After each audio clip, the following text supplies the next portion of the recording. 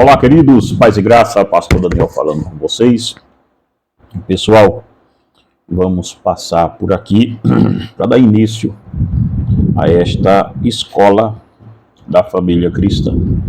Amados irmãos, vale ressaltar um pouco, antes de mais nada, de começarmos com esse tema que é tão importante sobre o papel do homem e da mulher no casamento, haja visto que este papel, ele, na família pós-moderna, ele se perdeu.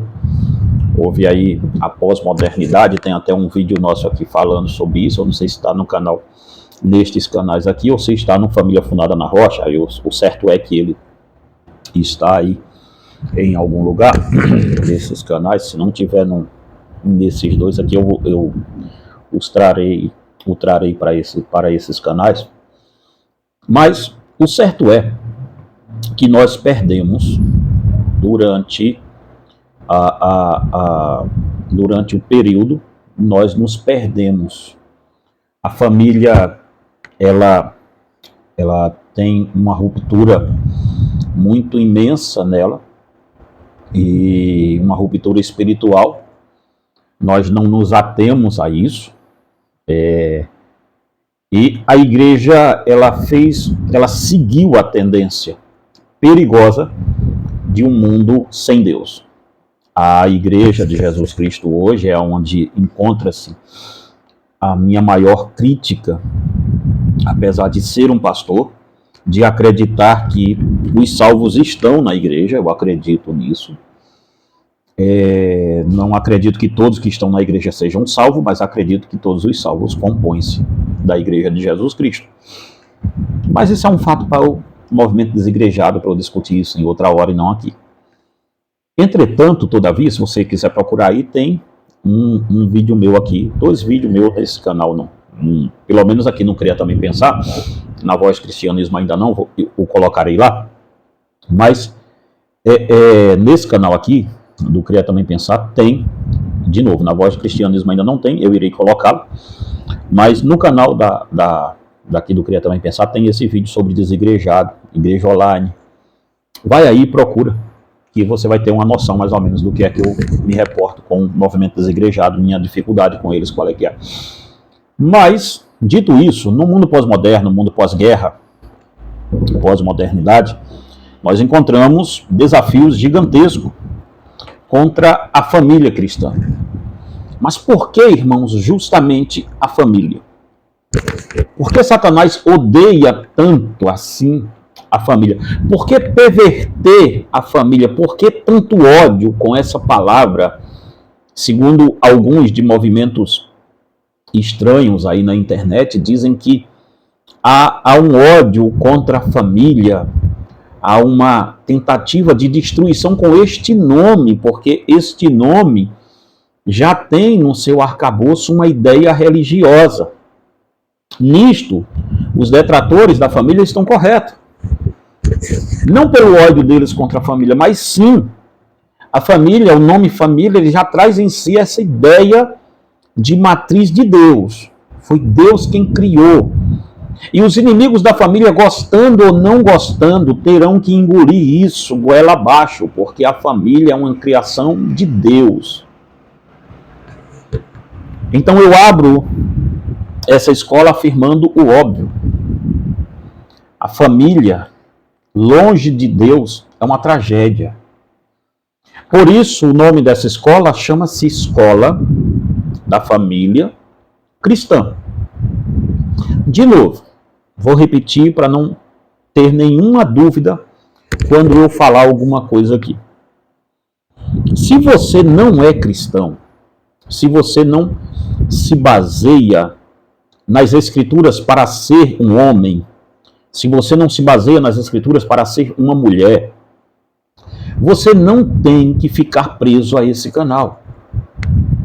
Porque esta escola são para famílias que seguem à risca o que a Bíblia diz. Não é para aquelas famílias que vão aventurar se isso vai dar certo ou não. Eu não ensino técnicas, irmãos, a ninguém. Quem faz isso é Massal, eu não. Eu não ensino técnicas de riqueza, eu não ensino técnicas de relacionamentos. Se a pessoa me procura achando que encontrará em mim um coach, alguém que vai te ensinar passos, tem livros meus que tem esse nome, tá? Passos para se ter, passos bíblicos para se ter um casamento melhor, tal. Tem livro meu que tem esses nomes, sim. Mas se você vai querer encontrar em mim 7 passos para um relacionamento melhor, 7 passos para isso, 7 passos para aquilo, você vai entender que você vai falhar desgraçadamente, porque eu não ensino isso. Eu ensino a Escritura, o que a Bíblia diz sobre o assunto. O que a Bíblia diz sobre família, é isto que me interessa. Não é o que a psicologia, a psiquiatria, a sociologia, a filosofia ensina sobre família. Isto eu não estou interessado. Eu não tenho diálogo com esse tipo de pessoas, não dialogo com esse tipo de gente, porque são inimigos fidedignos e mortais da família. Não existe uma nova família. Não existe famílias, a ideia de uma nova família. O que existe é uma família tradicional, o que Deus fez. Família é aquela que encontra-se em Gênesis, como Deus criou. Ok? Que isto fique muito claro e entendido aqui. Que isto fique muito claro e evidente o que é que está sendo colocado aqui. Então, esta escola da família cristã, nós vamos abordar temas e não é uma escola que vai, como eu posso dizer a vocês, que vai acabar com 13 lições, não é isso. Mas nessa escola nós vamos tratar de assuntos diversos. Desde divórcio, a casamento conturbado, a filhos e assim por diante. Então, nós vamos tratar com vocês aqui de assuntos gigantescos, tá? Mas antes de mais nada, eu quero chamar a sua atenção, você que tem uma vocação para ser conselheiro. Você acha que tem uma vocação para ser conselheiro cristão, para ser um conselheiro bíblico? Nós temos uma escola de conselheiro cristão, que se você quiser entrar, esta escola, logicamente, ela não é de graça. Você entra em contato comigo nesse WhatsApp que está aqui no primeiro comentário fixado no vídeo, tá? E você vai ter, falando diretamente comigo, tirando todas as dúvidas sobre a escola de conselheiro cristão que nós temos. Eu atendo família, gente, há mais de 23 anos. Eu estou com quase 50 anos e eu atendo família há mais de 23 anos. Eu sou um conselheiro bíblico há mais de 23 anos. Então, há quase 23 anos ali, estou nesse ramo. Então, basicamente, o que eu fiz, nós montamos uma escola totalmente avessa à psicologia que aí está, totalmente avessa à psicanálise, totalmente avessa a isso tudo. E ela é uma escola baseada em teologia. Muito legal mesmo. Se você quiser participar conosco, você entra nesse WhatsApp que está aí, primeiro comentário fixado do vídeo, tá? E você fala direto comigo. Vai ser um prazer imenso te atender. Tá bom, irmãos? Mas como os irmãos sabem também, eu vivo dos meus livros e eu escrevo livro para a família, tá? E muitos, não são poucos. E eu quero começar com uma série pequenininha que nós escrevemos. Olha só, 7 pecados capitais dos casais. Descubra os 7 erros que levam o casamento ao fracasso. Eu ainda venho falar sobre esse livro aqui algum dia desse, tá? Tem também nessa série pequenininha chamado uma viagem chamada casamento. Segredos da vida a dois. Muito legal esse livro aqui, tá? Muito legal mesmo. Uma viagem chamada casamento. E esse aqui, tá? Pai ausente, filho delinquente. Esse é para pais. O drama de Absalão, como o rei Davi criou um monstro dentro de sua casa. Esse livro é fantástico demais. Esses 3 aqui, ó, são livrinhos de conto ligeiro, dá para você ler rápido, tá? Mas vai mudar muito a sua vida. Tem também o nosso livro aqui. Esse foi a Fernanda que escreveu junto comigo, minha esposa e eu, chamado Ganhando 100 Palavras, tá? A mulher como um instrumento de transformação na vida do seu marido. Esse é para aquelas mulheres cristãs que o marido não é crente. Um livro muito legal mesmo. Fernando escreveu junto comigo esse daqui, tá bom? É um livrinho rápido também, conto rápido, então dá pra gente ir. Olha só. O poder do diálogo no casamento. Irmão, casamento sem diálogo é casamento fracassado, tá? Poder do diálogo no casamento. Esse livro é um livro muito bom. A gente fala aqui que acredito que firmemente que quando as discussões acabam em seu casamento é porque você ou seu cônjuge já morreram. Ou o diálogo não faz mais parte do seu casamento. Onde existem seres humanos, existe diálogo. Exposição de ideias geralmente trazem discórdia. Nem tudo que eu faço a minha esposa apoia a primeira instância. Então eu tenho que sentar com ela para fazer com que ela entenda as minhas motivações para aquilo. É um livro muito legal, tá? O poder do diálogo no casamento. Tem também Estratégia Matrimonial, 12 estratégias para lidar com crises conjugais e se manter casado. Esse livro é muito bacana mesmo, tá? 12 estratégias quando o casamento entra em crise. Eu lido com casamentos em crise, irmãos. É uma coisa horrível, mas é o meu trabalho hoje. Então eu lido sempre com casamento em crise. Ninguém me traz um casamento, como eu sou conselheiro familiar, ninguém me traz um casamento quando tá bom, né? E aí esse aqui era o meu guia antigo de como aconselhar, o que eu buscava num aconselhamento. Sempre eu buscava 12 estratégias lá para poder aconselhar e eu coloquei eles em um livro, tá? Então você vai ter acesso ao meu guia antigo. Eu tenho um guia novo hoje, trabalhando com ele, mas isso aqui pode te ajudar até mesmo você que vai fazer o nosso curso de conselheiro cristão. Esse daqui vai ajudar muito você também, tá bom? Uma coisa, gente, desculpa eu estar falando dos meus livros muito, tá? Mas é o que eu tenho para sobreviver, então vocês vão... E enquanto eu falo, eu vou ministrando aqui o que o livro vai falando e vai te ajudando aí também. Irmãos, toda vez que eu vejo alguém falando sobre sexualidade no casamento, isto me corta o coração, porque sexo é um culto a Deus. Sexo como um culto que agrada a Deus. Nesse livro aqui você não vai encontrar se pode isso, se pode aquilo. Porque sempre quando a gente está dando palestra de casal, gente, vem essas perguntas. Pastor, pode aquilo outro? Pode fazer assim? Pode fazer assado? Nós tratamos desse livro de forma teológica, a questão sexual teológica. Qual a diferença de lascívia para cobiça? Tudo isso, então, é um livrinho pequeno, mas poderosíssimo. Vai ajudar demais a sua vida, tá bom? E Resgatando a Família Tradicional Cristã é o nosso livro maior sobre família, tá?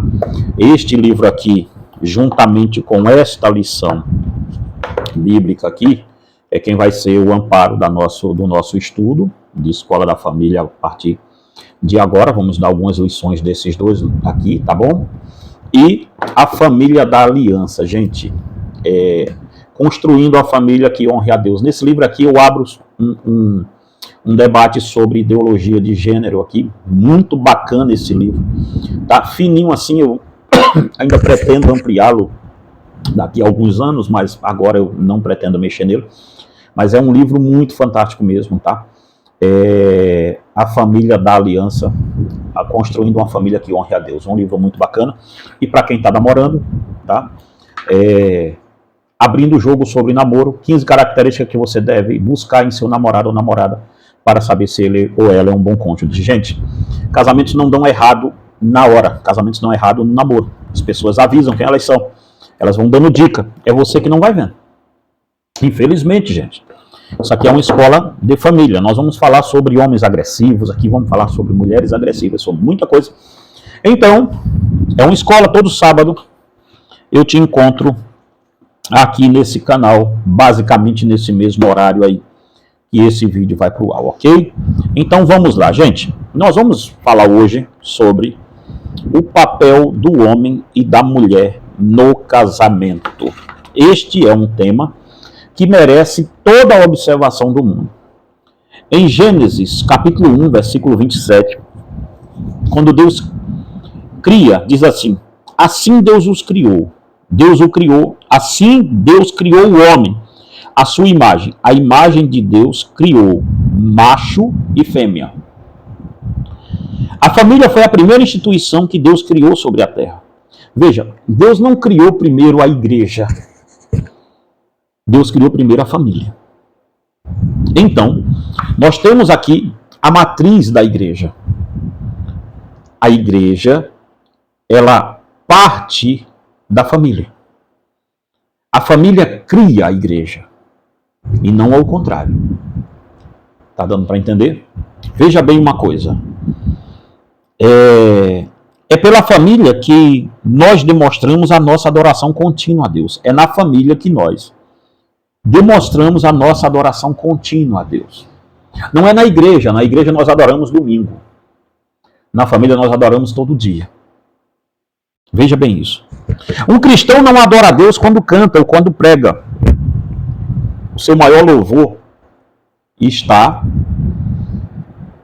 em como a sua família é conduzida.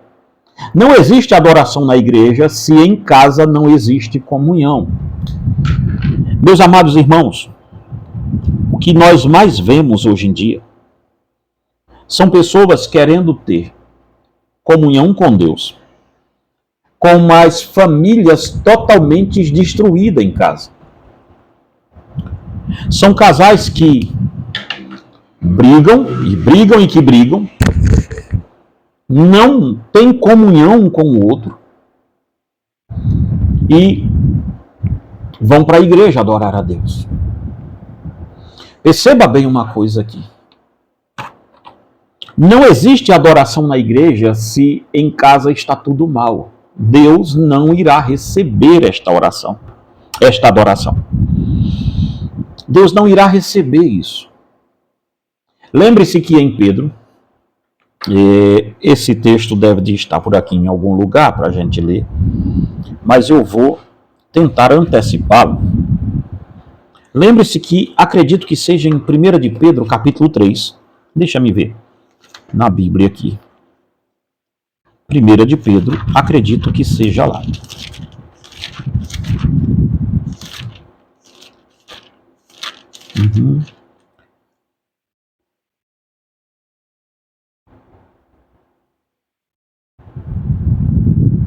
Veja, 1 de Pedro, capítulo 3, versículo 7. O apóstolo Pedro nos ensina dizendo assim: igualmente vós, maridos, vivei com elas, com as suas mulheres, com entendimento, dando honra à mulher como vaso mais frágil, e como sendo elas herdeiras convosco da graça da vida, para que não sejam impedidas as vossas orações.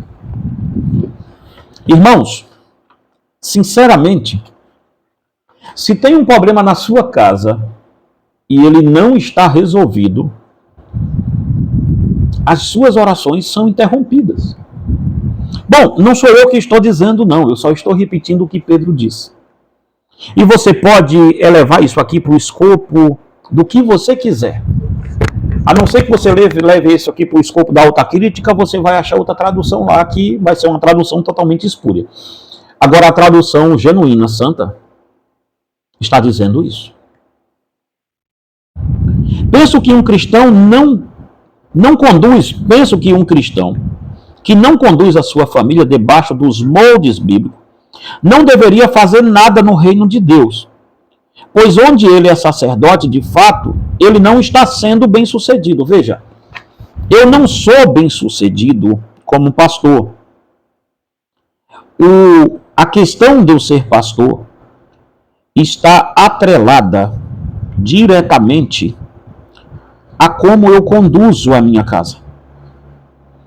Se eu não conduzir bem a minha casa, eu não tenho direito nenhum de conduzir a igreja do Senhor Jesus. É por isso que eu serei extremamente contra um pastor divorciado. E sim, em qualquer instância.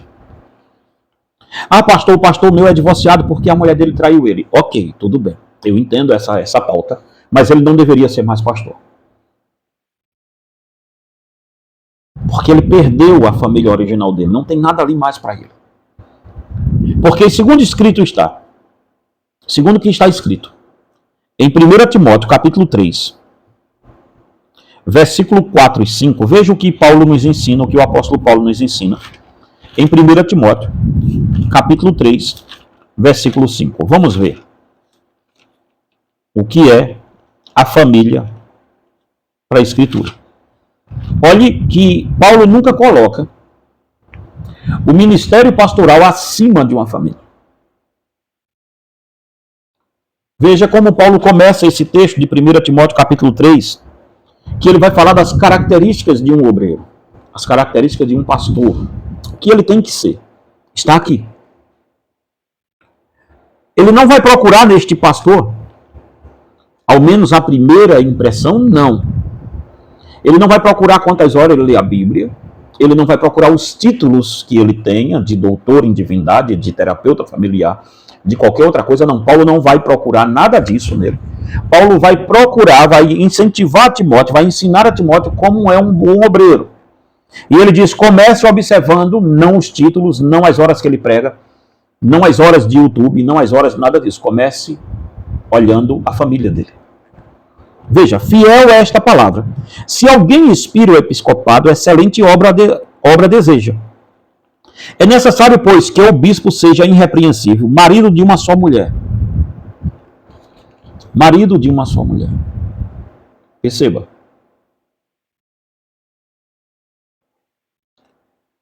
Vigilante, sóbrio, honesto, hospitaleiro, apto a ensinar. Veja que as outras características vêm a reboque se ele for um bom marido. Se o homem for um bom marido, ele tem as outras qualidades a reboque. Se ele for um mau marido, essas qualidades ele não as terá. Então perceba, Paulo vai falar em 1 Timóteo 3, 4 e 5, olha lá. Que governe bem sua própria casa, tendo seus filhos sob disciplina, com todo respeito.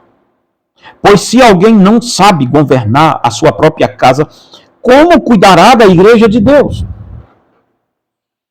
Então perceba bem uma coisa aqui, a matriz que forma a igreja é a família. Se você está em uma igreja que o pastor é uma tragédia como família, já divorciou-se, está namorando com outra, já deixou a outra, está com outra. Se o cara é um mau pai, um mau marido, o que é que você está fazendo neste lugar? Você está sendo amaldiçoado por ele. Não existe bênção de Deus, irmãos, em uma igreja onde o pastor está totalmente contrário às Escrituras. Se o cara não é um bom marido, já divorciou-se, casou, tal, sai desse negócio o mais rápido que você puder. Isto não é para você. Então perceba, se um homem ou uma mulher fracassar em casa, ele ou ela será um fracasso em toda a sua vida. Casamentos cristãos estão fracassando porque eles abandonaram de fato o que importa. E o que importa é o que é a Bíblia. E nada além disso. Por que os casamentos estão fracassando, gente? A questão é sine qua non. A questão é simples. Casamentos estão fracassando por um motivo bem simples. Desculpa que eu joguei um troço do meu lápis ali para não sujar a minha mesa aqui, tá? Mas perceba, os casamentos estão fracassando justamente porque há um abandono das famílias cristãs da Escritura. Se eu abandono as Escrituras, logicamente, mas claro e evidente que eu fracassarei como marido cristão. O homem e uma mulher, o homem e a mulher num cenário da criação original. Vamos ver o que é isso. Homem e mulher num cenário da criação original. Ao olharmos aos olhos da graça de Deus, homem e mulher têm o mesmo peso. Veja, Gênesis 1, 27, foi o que lemos aqui. Assim Deus criou macho e fêmea, criou. Mas em função não. Veja, aos olhos da graça, homem e mulher são pecadores. E homem e mulheres vão para o inferno. Aos olhos da graça, homem e mulheres são eleitos. Alguns são eleitos. E serão salvos. Ok, tudo bem. Até aí, não há nenhuma animosidade com isso. Mas a questão é, Deus fez homem e mulher e os abençoou das mesmas formas. mas os colocou para funcionar em lugares diferentes. Veja, muitas pessoas não sabem distinguir diferentes de inferiores. É aqui que entra o movimento diabólico, maligno, do movimento feminista, até mesmo dentro das igrejas, onde está eivado de feminismo, nas igrejas evangélicas, que eles não conseguem ter o discernimento do que é uma coisa diferente de inferior. Ser diferente não te torna inferior a ninguém. Então, sim, homens e mulheres são diferentes, mas não são inferiores um ao outro. É aqui que está a história. Deus os colocou para funcionarem em locais diferentes, não inferiores, diferentes.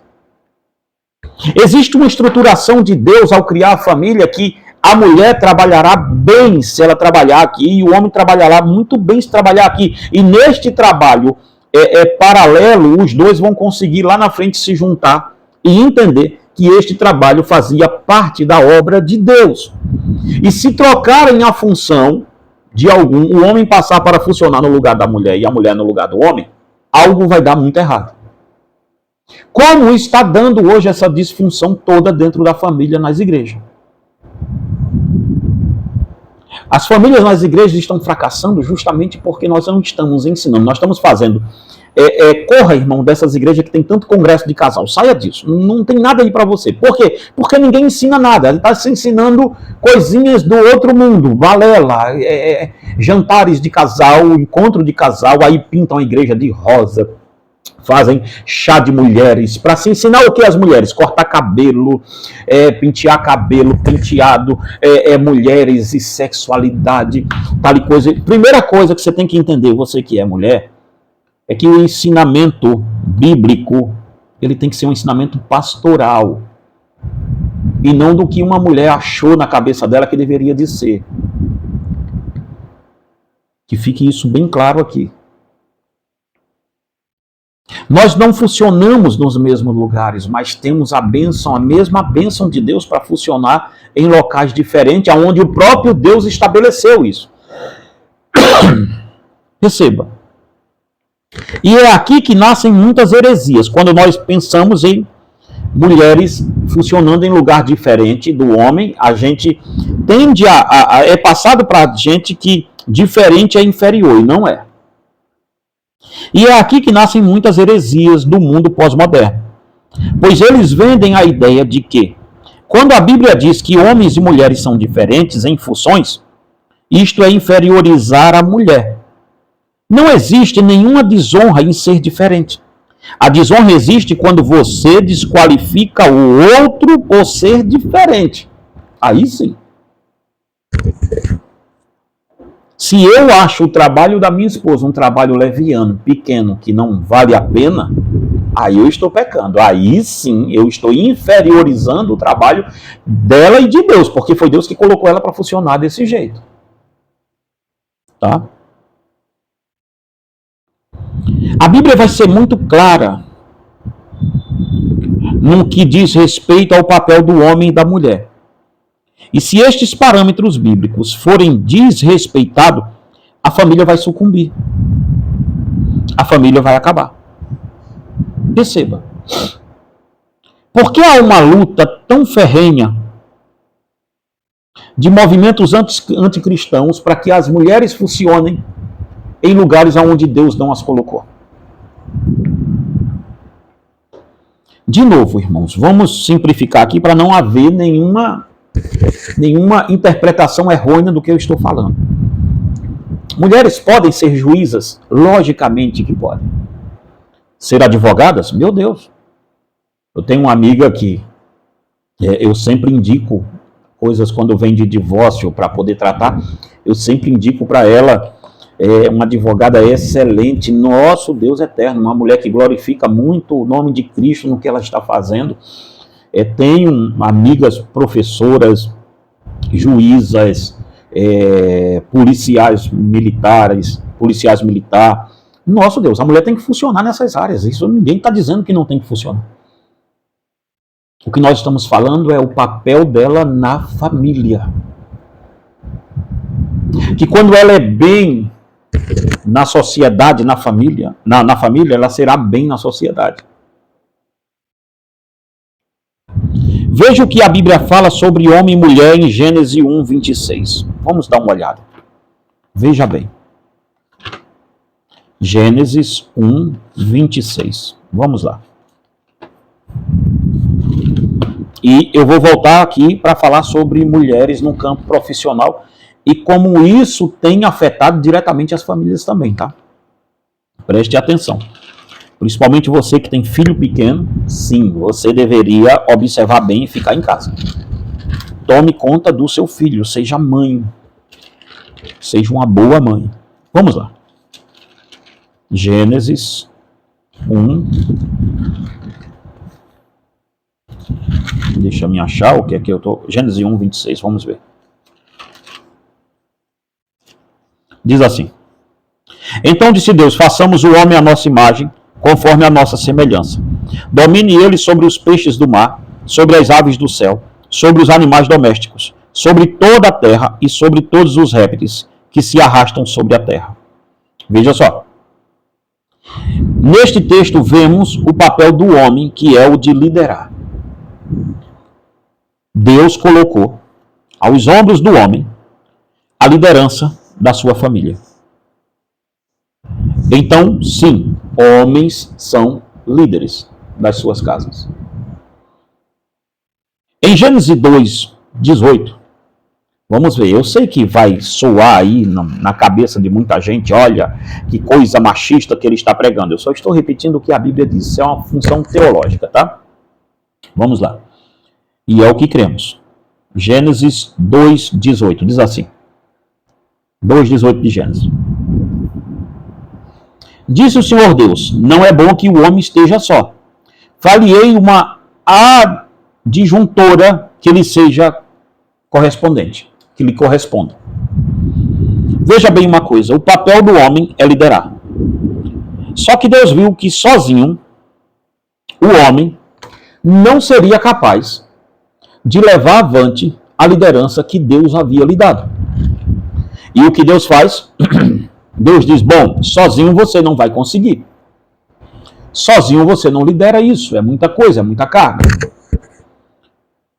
Vou lhe fazer uma mulher que lhe seja adjuntora, auxiliadora, que lhe ajude a conduzir as coisas. Então perceba, vemos o papel da mulher, que é o de auxiliar a liderança do homem. Com o termo auxiliar, quero dizer que ela deve tornar a função de liderança do homem menos árdua, menos difícil. Porque perceba, irmãos e irmãs, nós estamos vivendo em um cenário em que quando se fala que mulher deve ser auxiliadora do homem, parece que o mundo vai cair. Parece que a coisa vai desandar, estourou de vez. Eita, agora acabou tudo. Vamos cancelar esse cara. Como eu não tenho muito medo de cancelamento, porque eu já sou um cancelado por vida, então eu não tenho nenhum medo de falar isso aqui. Mas perceba bem, eu não estou aqui falando discurso machista, nada disso. É um discurso bíblico, é o que a Bíblia diz. De novo, se você não seguia pelas Escrituras, então não deveria estar aqui. Deveria estar em outro ambiente. Vemos o papel do homem, liderança. O papel da mulher, auxiliar. Mas não saia deste vídeo agora, porque você vai ver o que é um papel de liderança a partir de agora. Observe que no final do texto o Senhor diz que a mulher deveria corresponder ao homem. Mas corresponder em quê? Em que a mulher deve ser correspondente? Corresponda ao homem. Ela deve estar à altura do homem, pois ela ajudará este homem a exercer a liderança dele. Se ela não corresponder a isto, a casa vai ruir, a família vai extinguir. E ao invés de um casamento feliz, os cônjuges terão as piores experiências do mundo. E agora nós vamos para uma parte desse trabalho que ele é uma parte bem árdua, tá? que é justamente redescobrindo a feminilidade cristã, tá? No outro sábado, nós vamos voltar para falar aqui sobre o papel do homem, tá? O homem com H. Você que é homem, me aguarde, próximo sábado, tá? Então, como isso aqui é uma escola, eu aconselho você ver os vídeos todos para depois você julgar, tá bom? Então perceba, a feminilidade cristã, redescobrindo a feminilidade cristã. John Piper, em uma de suas pregações, disse: teologia fraca cria mulheres fracas. E a pior desgraça que pode acontecer para o mundo é se ele ficar cheio de mulheres fracas. Irmãos, veja que frase o pastor John Piper diz. Teologia fraca cria mulheres fracas. Por que nós temos hoje tanto encontro de mulheres, chá rosa, culto cor-de-rosa, esse troço todo, e continuamos com mulheres dentro da igreja fraquíssimas? Por que isso? Porque não é papel delas fazerem isso. É o papel de um pastor ensinar uma teologia forte, não a teologia feminista, não a teologia de homem, não, uma teologia cristã. Quanto mais as mulheres entenderem sobre Deus, sobre Cristo, sobre quem elas são, que são pecadores, que são seres humanos e estão carentes da glória de Deus, quanto mais elas entenderem sobre a graça de Deus, mais mulheres fortes elas serão.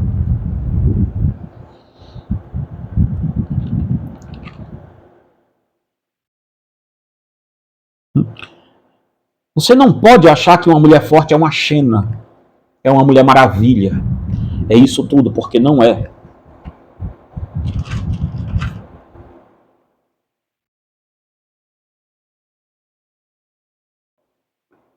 Teologia fraca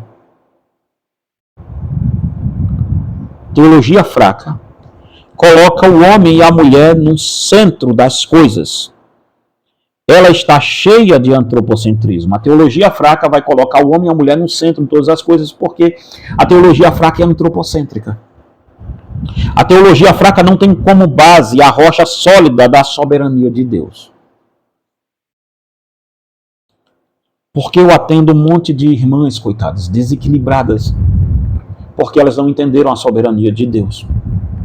Porque eu atendo um monte de gente, de homens, mulheres, fracassando espiritualmente, porque não entenderam a fortaleza da teologia da soberania de Deus. Vejamos o papel da mulher, segundo a Bíblia. O mundo hoje despreza qualquer mulher que viva para criar os seus filhos e ajudar o seu marido. Esta mulher é logo estigmatizada pelas outras mulheres como chamada de Amélia. Lembra da musiquinha? Amélia, que era mulher de verdade. Quantas vezes, irmãos, minha esposa levou o nome de Amélia? Porque decidiu, quando a Débora nasceu, que ela não iria trabalhar mais fora, que ela iria ser mãe em tempo integral. Porque decidiu que, enquanto a filha dela não tivesse um raciocínio lógico grande, isso se daria quando ela entendesse que estava assim. Ela parou tudo, desde faculdade, a trabalho, a tudo, e disse: olha, você se vira, é seu dever trazer o sustento para essa casa, e o meu dever é sustentar essa casa com o que você trouxer. Então sim, você traz e eu construo. Porque é assim que está em Provérbio, não é? Provérbios 14, pelo menos, diz que a mulher sábia edifica a sua casa, mas a tola com a sua mão a destrói. E eu disse a ela: sim, então vamos fazer assim. O que nós precisamos entender é que homens e mulheres exercem funções bem distintas dentro de um relacionamento conjugal. Não existe casamento igualitário. Ao menos na Bíblia, não. O que existe é liderança e auxiliador. Eu não sei como vocês vão entender isso, mas é o que a Bíblia diz. Submissão. Agora, irmãos, Já estamos aí aos 40 minutos. E essa live vai render um pouquinho, tá? Tenham paciência um pouco. Se vocês quiserem aprender, agora sim. Agora nós vamos entrar em uma área que ela é bem espinhosa, que chama-se submissão. A palavra proibida. Olha só. Submissão. A Bíblia diz que a mulher deve viver em submissão ao seu marido. Sim, a Bíblia diz isso. A Bíblia ensina isso. Se você vai ter isso aí como outro contexto, machista, tal, não sei o quê, não... De novo, só estou repetindo o que a Bíblia diz. Mas vamos chegar lá ainda. Calma, antes de me esculhambar. Colossenses 3,18. Leia sua Bíblia. Pegue sua Bíblia, você que crê. Escola da família cristã. Então nada melhor do que você estar com a Bíblia aí do lado. Colossenses 3,18. Efésios 5,22. E 1 de Pedro 3,1. Algumas mulheres do movimento feminista gospel vão dizer que isto que eu estou falando é humilhante. Em pleno século XXI, a mulher ser submissa ao homem, que loucura. É brincadeira. Mas se você, mulher, pensa que ser submissa ao seu marido é humilhante para você, você acabou com o exemplo da Trindade. Perceba. Lembra o que eu disse? Homem e mulher foram criados da mesma matéria, pelo mesmo Deus. Deus os abençoou e os colocou para funcionar em funções diferentes. Não diferentes. Não abaixo, não humilhantes. Diferentes. Mas se nós vamos acreditar que a mulher não pode ser submissa ao seu marido, porque ela é do mesmo jeito, foi criada à mesma imagem de Deus, foi alvo da mesma graça e assim por diante, então ela não pode ser submissa ao marido, então você acabou de destruir com a doutrina da Trindade. Por que isso? Pois a doutrina da Trindade, nós cremos em um Deus subsistente em 3 pessoas, correto? Pai, Filho e Espírito Santo. Essas 3 pessoas formam Deus. Eles são uno em essência, eles são uno em pensamento, eles são uno em poder, eles são uno em tudo porque eles têm a mesma essência. Então Deus em 3 pessoas tem a mesma essência, por isso que nós acreditamos em um Deus só. Porque mesmo subsistindo em 3, a essência dele é a mesma. Então nós não cremos em 3 deuses, nós cremos em um Deus subsistente em 3 pessoas. Pai, Filho e Espírito Santo. Dado a isso, se a Trindade é a mesma essência, mas os 3 funcionam em locais diferentes. Veja, o Filho se submete ao Pai. Isso faz dele inferior, então? Se o Filho se submete ao Pai, será que o Filho é inferior porque está se submetendo ao Pai? Não, em essência, o Filho é Deus. Mas em função, o Filho se submete ao Pai. Deu para você entender? Se você disser que sim, você acabou de cometer heresia. Dentro da Trindade, o Filho se submete ao Pai. E ele mesmo diz que ele e o Pai são um. Veja, eu e o Pai somos um em essência, em poder, porque se é em essência, é em poder, é em glória, é em tudo. Mas o Filho se submete ao Pai. Então, mesmo o Filho sendo Deus, mesmo o Filho estando lá em essência mesma, então os 3 formam Deus, mas funcionam em locais diferentes. E isso nenhum deles se sente humilhado. Nenhuma pessoa da Trindade se sente humilhado por isso. Então, se homens e mulheres foram feitos da mesma essência e funcionam em locais diferentes, você não deveria se sentir humilhada por isso. De jeito nenhum. O apelo da mídia feminista é fazer com que os casais pensem que eles são diferentes e que devem funcionar de forma igualitária. E é aqui que mora toda a desordem. Existe hoje uma pressão para que a mulher esteja na frente da guerra. Elas dizem que as mulheres e os homens devem fazer as mesmas coisas. E se você se atrever a discordar disso, você será tratado como machista, chauvinista e assim por diante. A Bíblia, irmãos, define qual é o papel que o homem e a mulher desempenham dentro de um casamento, na sociedade e na igreja. Estes papéis não têm nada a ver com desigualdade diante de Deus, mas têm a ver com ser diferente. As mulheres tendem a pensar que se elas fracassarem como esposas, elas vão se redimir como boas mães. Mas o que tenho a lhe dizer é o seguinte: se você fracassou como esposa, fracassará como mãe.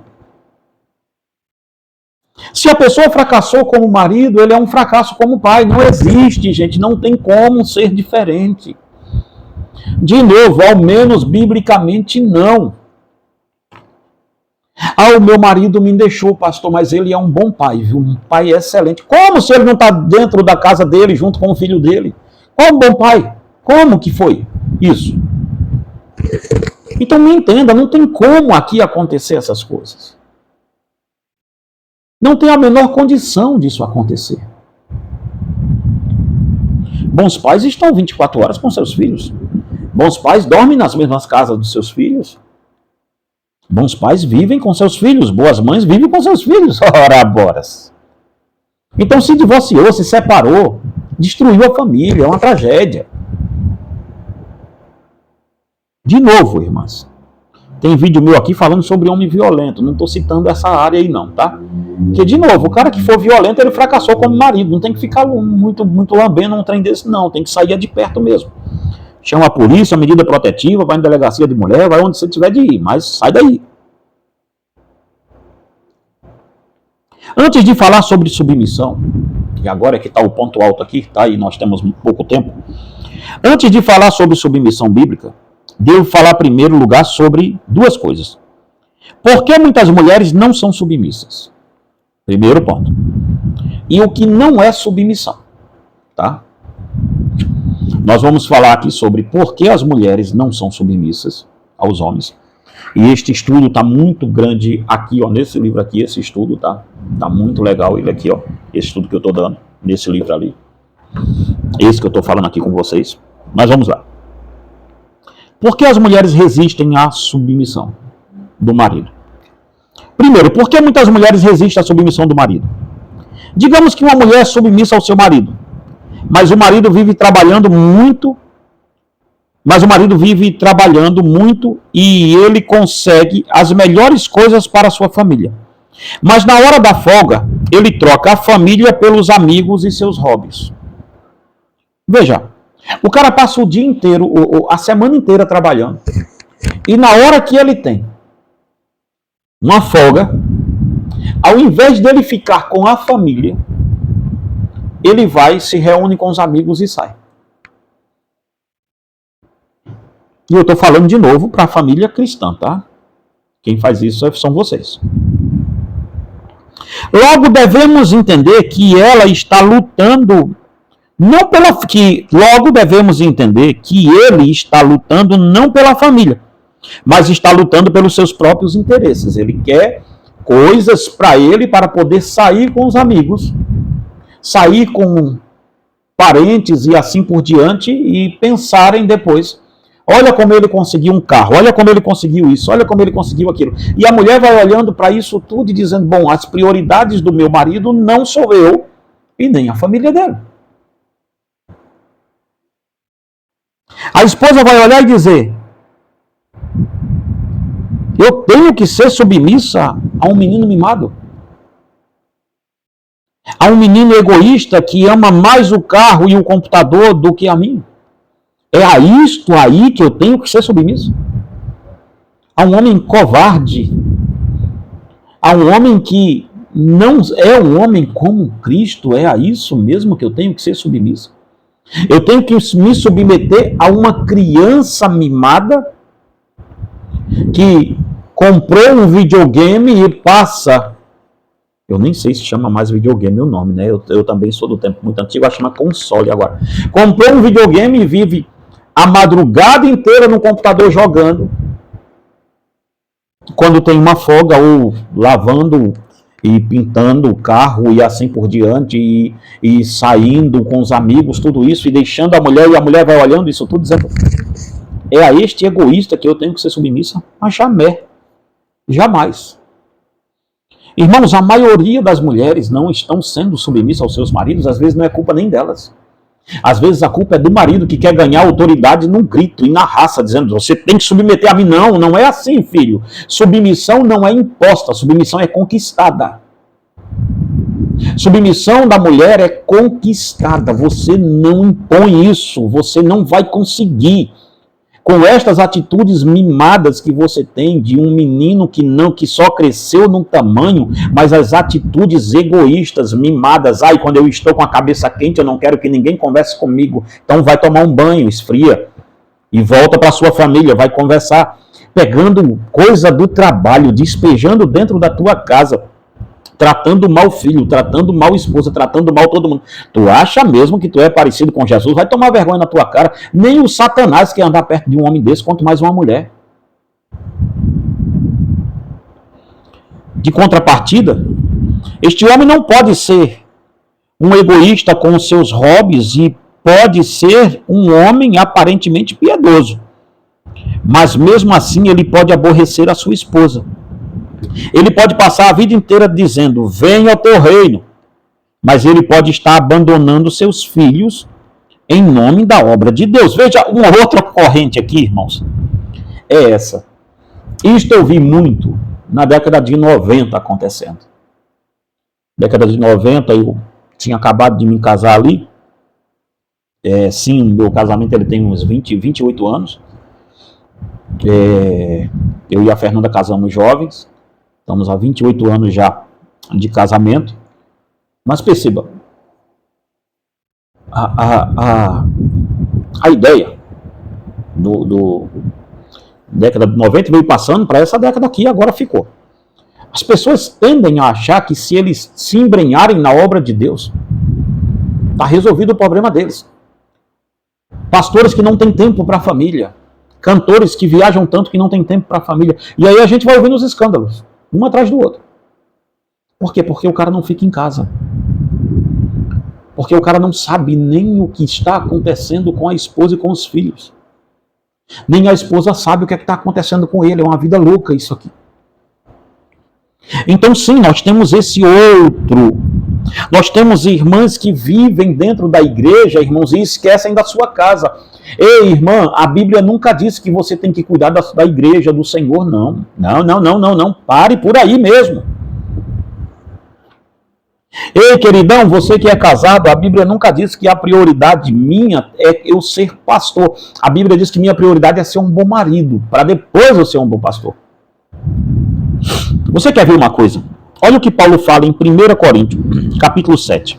Vamos lá. Veja você que gosta aí de achar que eu sou do círculo de oração, eu sou do grupo de oração. Estou abandonando a minha família em nome da obra de Deus. Que Deus me ajude. Olha o que a Bíblia vai dizer para você. Vamos ver. 1 Coríntios 7. Eu gostaria de ler esse texto com vocês. 1 Coríntios 7, versículo 33, para a gente ir acabando. Vamos lá. 33 diz assim. Ok. Mas o casado cuida das coisas do mundo, em como há de agradar a sua mulher. E está dividido.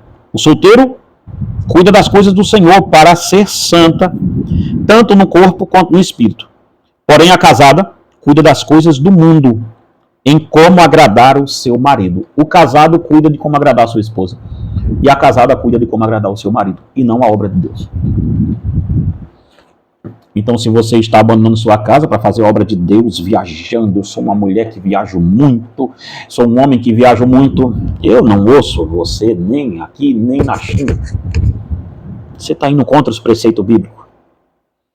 Então, as mulheres resistem à submissão porque elas têm um menino mimado em casa. Tem um texto, gente, que é muito esclarecedor. Eu vou falar daqui a pouco com vocês isso. Vamos ver. O que não é submissão? A segunda ideia. O que não é submissão? Submissão não significa concordar com tudo que o seu marido diz. Mas você deve entender que, na hora da decisão, você é um auxiliar e não uma líder. Submissão não quer dizer que você deve abandonar o seu cérebro no altar do casamento. Pois Pedro mostra que o marido e a mulher receberam uma palavra evangelizadora. Ambos devem usar suas capacidades para o serviço do mestre. No entanto, há situações em que ele não recebeu Jesus, mas ela sim. Neste caso, a mulher toma decisões que irão ajudar o seu marido a crer em Cristo e não afastá-lo de Cristo. Perceba, irmãos. Muitas esposas que eu atendo hoje, a maioria delas, quando se convertem, estão tomando, e por isso que eu e a Fernanda escrevemos, cadê ele? Este livro aqui, ó, do Ganhando 100 Palavras, tá? E por quê? Porque nós vimos um fenômeno interessante. As mulheres se convertem e elas tendem a afastar o seu marido de Cristo com atitudes erradas que elas vão tomando. As mulheres têm que ser sábias para trazer Cristo para próximo do marido. Se ele não proibir a sua crença, fique bem claro. Se ele não for um homem agressivo com a sua crença, se ele não for um homem agressivo com você, se é uma pessoa que deixa você cultuar a Cristo sem te colocar nenhuma imposição, nem restrições sobre isso. Se isso acontece e você não está usando de sabedoria com este marido para trazê-lo para próximo de Jesus Cristo, é bem complicado a sua vida, porque você tem todas as oportunidades e não está fazendo por quê? Vamos mais. Submissão não significa colocar a vontade do marido antes da vontade de Deus. Se o seu marido quer que você faça coisas que a Bíblia condena, você não deve fazer e deve deixá-lo. Se esse for o caso, veja o que estou falando. Se ele quiser que você faça algo que condene a sua alma, ele não é um protetor. Ele é um homem egoísta e não precisa estar perto de você. Você que é mulher.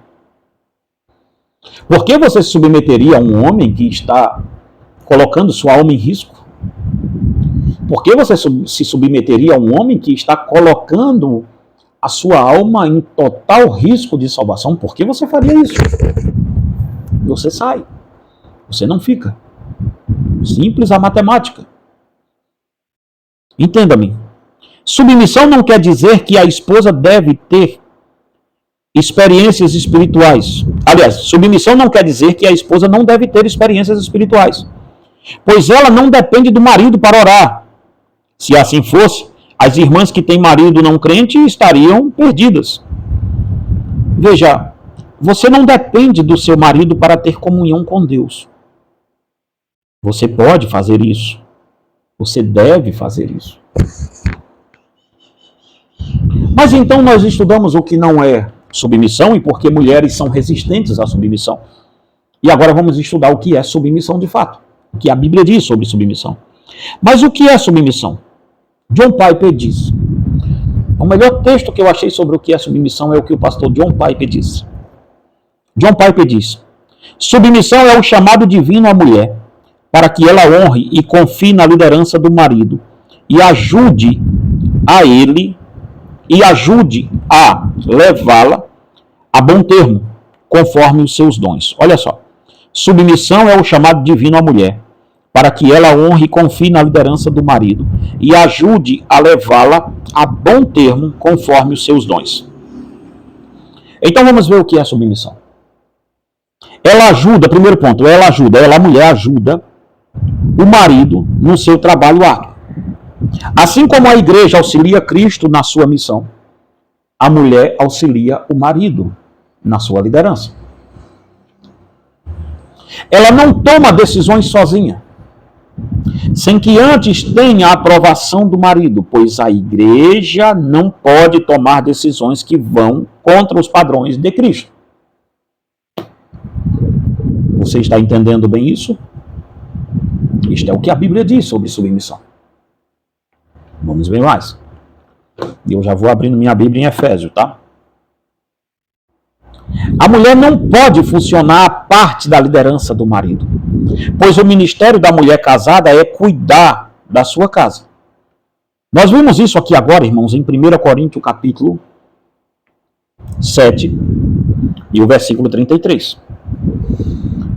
O ministério de uma mulher casada não é ser cantora, o ministério de uma mulher casada não é ser pregadora, o ministério de uma mulher casada não é nada disso. Não, senhoras e senhores. O ministério de um homem e de uma mulher casada, o primeiro ministério deles é a casa deles. Se houver ruína lá, acabou tudo.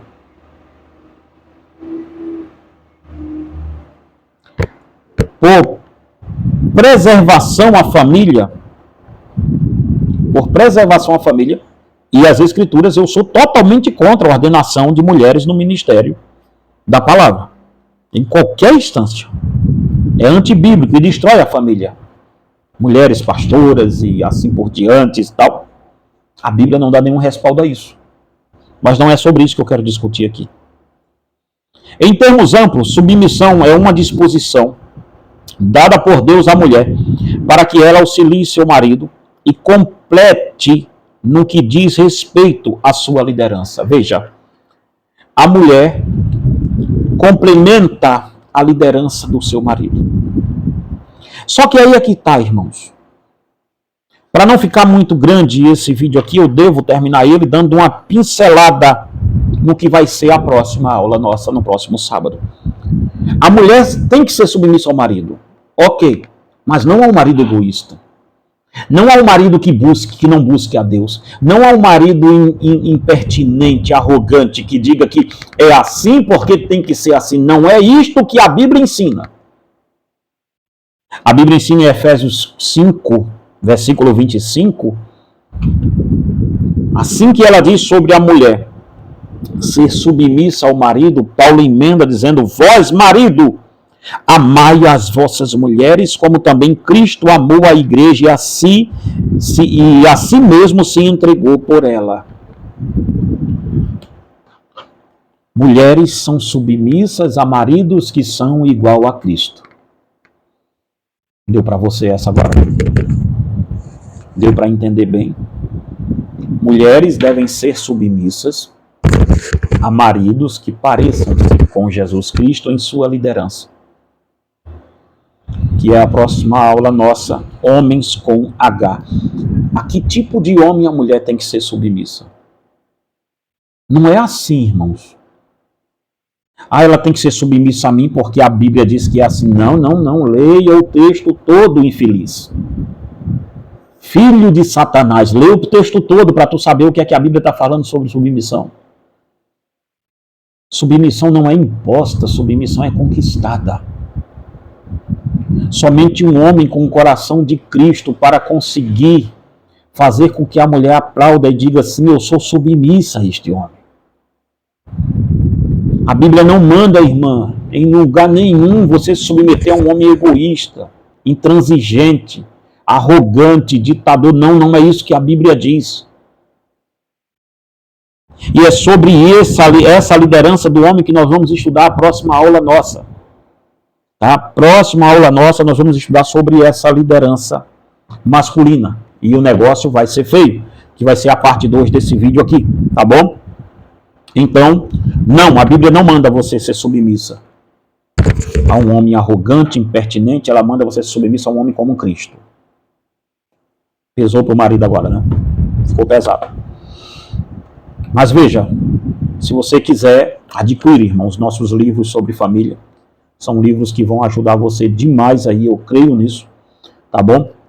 Eu escrevo muito para a família, há muitos anos que eu escrevo para a família. Tem livro meu aqui que tem mais de 10, 12, 15 anos que eu já escrevi para a família aqui. Então, se você quiser adquirir, faz esse favor. Tá? E você que está me vendo, que é professor de escola dominical ou que é responsável por alguma escola bíblica dominical, se quiser, leva as nossas lições bíblicas para a sua igreja. Coloca aí, tenta a sorte. Vê se vai dar certo. Esta linha de lição de escola bíblica foi eu que escrevi, tá? Então, a escola da família cristã, você encontrou um canal que vai te falar toda a verdade, tá? O principal problema da família cristã é o resultado de uma tentativa patética de unir o que a psicologia diz com o que a Bíblia diz. Nós vamos estudar isso na próxima semana. querendo Deus. Irmãos amados, compartilha esse vídeo, faz esse vídeo chegar em mais pessoas, tá? Faz aí um jeito desse vídeo chegar muito longe. Nós precisamos muito da ajuda de todos vocês, vocês que querem nos ajudar também. Ajuda o nosso canal não é monetizado, tem muita coisa ainda, microfone, tudo que a gente precisa comprar aqui para melhorar o canal. Então quem puder ajudar, deixa também um Pix aí, esse número de telefone também é um Pix nosso, tá? Tá no nome da minha esposa. Então se você quiser nos ajudar, nos ajude em nome de Jesus. Adquirindo nossos livros, você já nos ajuda e muito também, tá bom? Leve essa sabedoria para sua casa em nome de Jesus. De novo, irmãos, não tenho nada a dizer sobre movimentos contrários à Escritura. O que eu tenho a dizer é movimentos escriturísticos, tá? Tudo que eu disse está na Bíblia. Então, se alguém se ofendeu, ofenda-se com a Escritura. Que Deus em Cristo te abençoe e te guarde em nome de Jesus.